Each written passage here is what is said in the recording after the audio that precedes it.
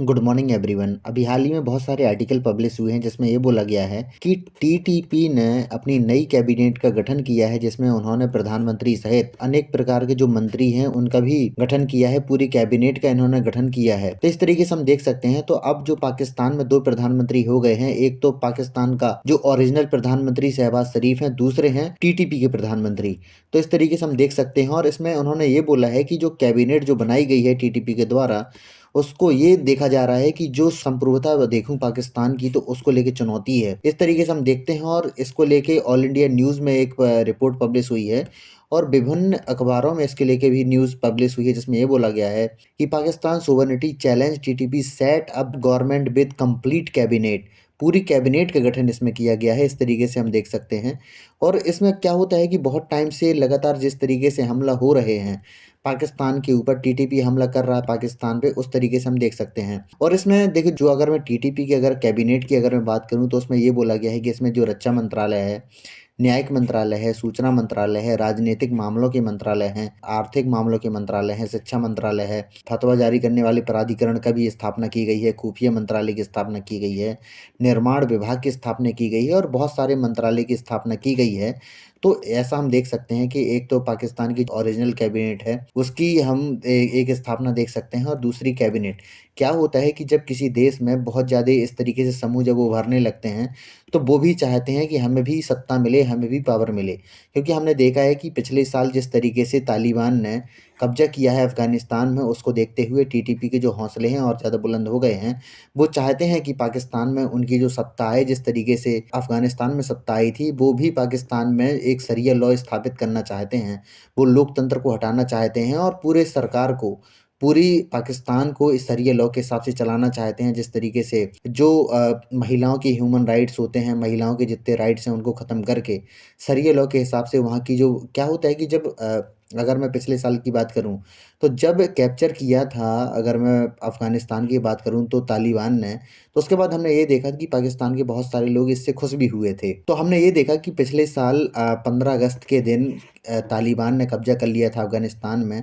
तो वहाँ की जो सरकार उखाड़ फेंका था और जो वहाँ के राष्ट्रपति अशरफ गनी थे, वो वहाँ से भाग गए थे। उसके बाद हमने ये देखा था कि अफ़गानिस्तान में कब्जा हो गया था।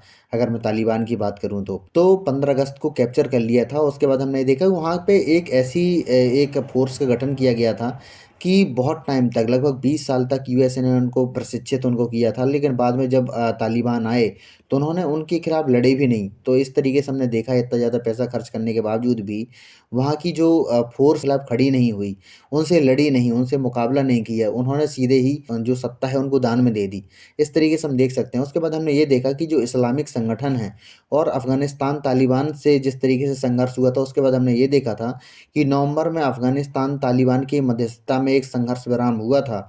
अगर मैं टीटीपी और पाकिस्तान गवर्नमेंट की अगर मैं बात करूँ, तो उनके बीच में एक संघर्ष विराम हुआ था। इस तरीके से हमने देख सकते हैं। उस समय जो पाकिस्तान के प्रधानमंत्री इमरान खान हुआ करते थे। इसके बाद हमने ये देखा है कि अगर मैं सन 2022 की बात करूँ, तो यह सबसे घातक साल रहा है। सुरक्षा बलों को बहुत बुरी तरीके से मारा गया है और टीटीपी के उभरने का ये सबसे बड़ा संकेत भी है, क्योंकि हमने ये देखा है कि 2022 का जो दिसंबर महीना है, सबसे घातक महीना रहा है पाकिस्तानी के सुरक्षा बलों के लिए। बहुत सारे उनके सुरक्षा बल इसमें मारे गए हैं, सुरक्षा बल के जो सैनिक हैं उसमें मारे गए हैं।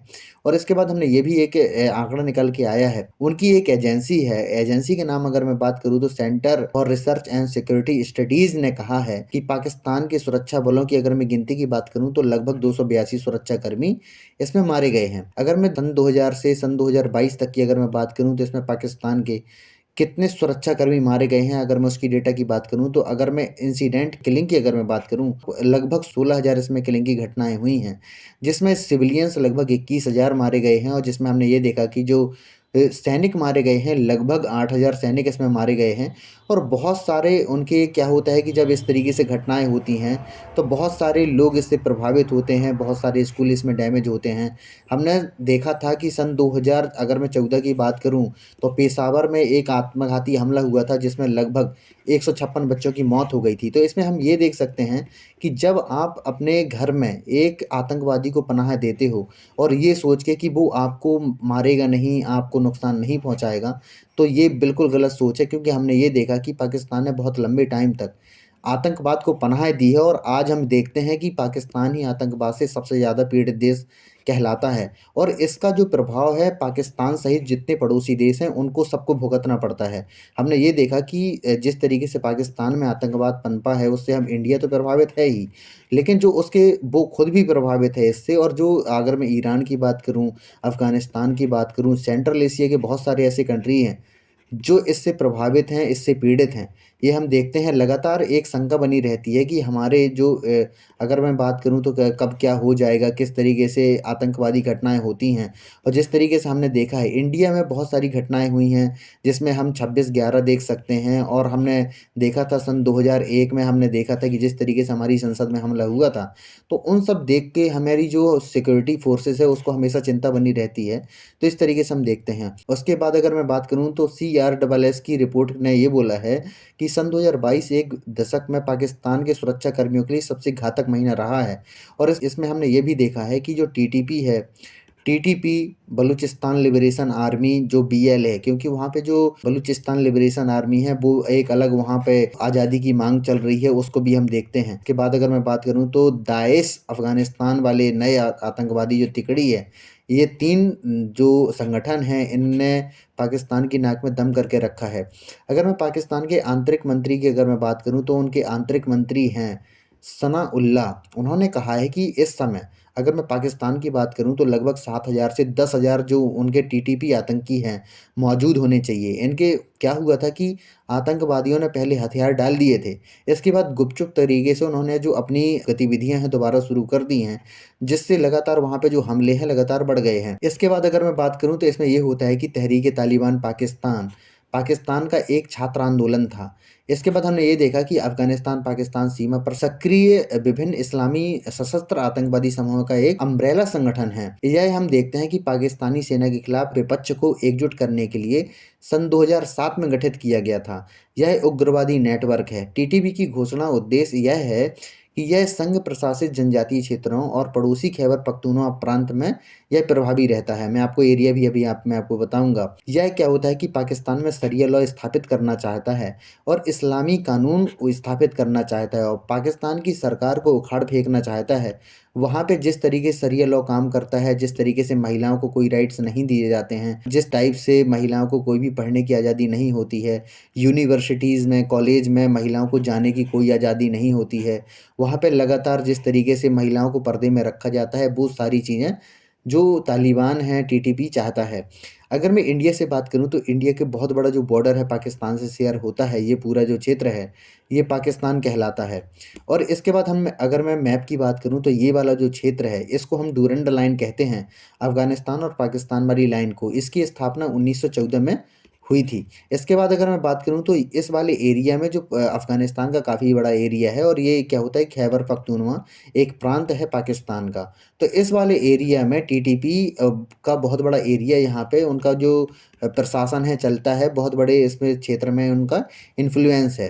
इसके बाद हम ये भी देखते हैं कि ये वाला जो क्षेत्र है बलूचिस्तान है, यहाँ भी जो अगर मैं बलूचिस्तान लिबरेशन आर्मी की बात करूँ तो वहाँ उनका अलग आज़ादी का मूवमेंट चल रहा है। तो अगर मैं मैप की बात करूँ तो अगर किसी तरीके से अगर मैं टीटीपी और अगर मैं बलूचिस्तान लिबरेशन आर्मी अगर एक साथ अगर मिल जाते हैं, क्योंकि अगर मैं पाकिस्तान की बात करूँ तो पाकिस्तान का जो सबसे बड़ा क्षेत्र है इन्फ्लुएंस की दृष्टि से, सबसे बड़ी उनकी सेना, सबसे बड़ा अगर उनका जो पैसा है, धन संपत्ति, सबसे ज़्यादा जो पंजाब प्रांत में उनका सबसे ज़्यादा इन्फ्लुएंस रहता है।